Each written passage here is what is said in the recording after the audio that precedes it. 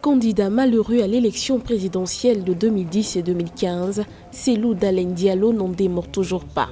Ce vétéran de l'opposition, président de l'Union des forces démocratiques de Guinée, la principale force politique du pays, compte bien briguer la magistrature suprême. Choisi dimanche 6 septembre par son parti, l'UFDG, pour le représenter à la présidentielle du 18 octobre prochain, Cellou Dalein Diallo a pour mission d'empêcher Alpha Condé, président sortant et candidat à sa propre succession, d'être reconduit pour un troisième mandat. C'est une participation à la fois optimiste et pessimiste, courageuse, avec beaucoup plus de peur. À l'issue du scrutin, on pourra se situer. Pourquoi avoir misé, malgré un contexte qui est totalement en sa défaveur, avec un fichier acquis en faveur du pouvoir sortant et une administration à la sorte du pouvoir sortant. Cellou Dalein Diallo avait déclaré ne pas reconnaître la nouvelle constitution adoptée en mars 2020, mais encore très contestée.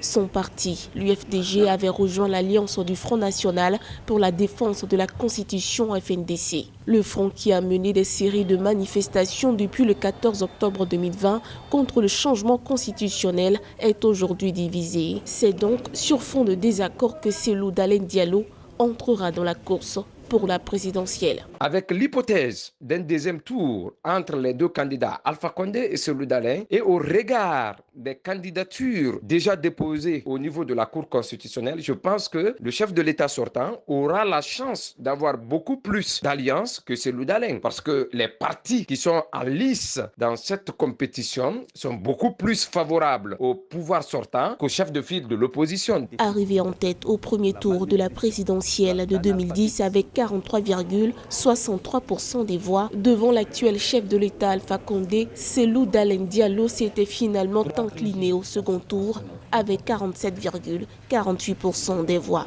En 2015, il essuie encore une défaite après avoir obtenu 31,44% des suffrages battus par Alpha Condé.